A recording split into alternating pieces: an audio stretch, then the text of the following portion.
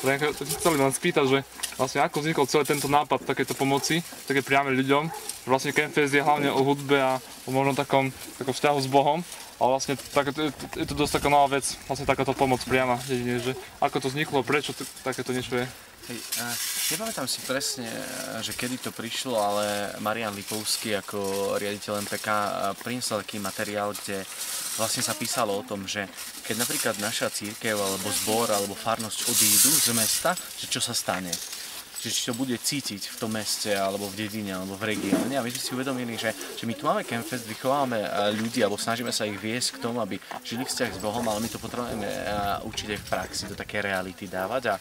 A veľmi nám záleží aj na okolí tu, kde je Campfest, okolí Kráľovej Lehoty. A preto prišiel taký nápad s nápadom a sme začali komunikovať so starostami v okolí, s farármi, z rôznych cirkví, že kto kde čo potrebuje pre pomoc dedinám. A vlastne toto je už jeden z takých praktických dôsledkov toho, ako pomáhať. A keď sme aj pripravovali Campfest, tak s dobrovoľníkmi vlastne sme boli tiež tak pomáhať, že sme na viacerých miestach boli a sa pracovalo. A myslím si, že je to také veľké svedectvo o tom, že ľudia, ktorí sú veriaci, ktorí sú na Campfeste a práve aj títo ľudia, ktorí tu dnes pracujú, pre mňa je to také veľké povzbudenie, že oni prídu, zaplatia si vstupné, sú tam, chcú si to možno užiť, ale oni ako nechajú sa vyprovokovať aj tým, že chcú niečo urobiť pre druhých. A to je taká dobré vyprovokovanie.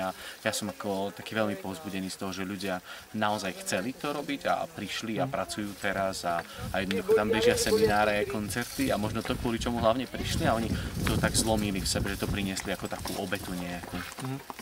Čiže vlastne to je možno taká inšpirácia, že pre ďalších ľudí možno ide na Slovensku, že keď žijú vo svojej farnosti, vlastne majú nejaké tam možno stredka, alebo takýto život, že môžu vlastne aj takto priamo pomôcť dedine a táto vlastne týmto ľuďom ukázať, že Určite. Myslím si, že my kresťania nemáme byť uzavretí len do svojich budov, hej, do kostolov a farských budov, centier, ale máme byť kresťanmi medzi ľuďmi. Pán Ježiš povedal, že musíme byť kvás, že vy ste kvás, hej, a keď kvás nie je v tom ceste, tak nemôže prekvasiť to cesto. A my keď sa budeme len uzatvárať kdesi a budeme kysnúť len v sebe, tak naozaj to neprekvasíme, ale kysneme len v sebe. Hej, a to nie je to, čo Boh od nás chce. Ja som presvedčený, že my potrebujeme výjsť možno z takých svojich úlíd a možno z takej istoty, kde sme a možno otvoriť sa naozaj preto, aby sme s láskou a s dobrotou a s dobročinnosťou vyšli pre ostatných ľudí, lebo aj tu, keď ľudia teraz pozerajú okolo alebo sa rozprávame s ľuďmi, tak oni sa pýtajú, že a prečo to robia? No pretože chcú. Pretože vám chcú pomôcť. A toto je potom zrazu tí ľudia začnú možno rozmýšľať, že nemusel by som aj, alebo nemám aj ja niečo také urobiť, že len tak niečo, hej, že ten svet nás učí dnes, že niečo za niečo, hej, stále to tak je. A tu je to vlastne preto, že chcú.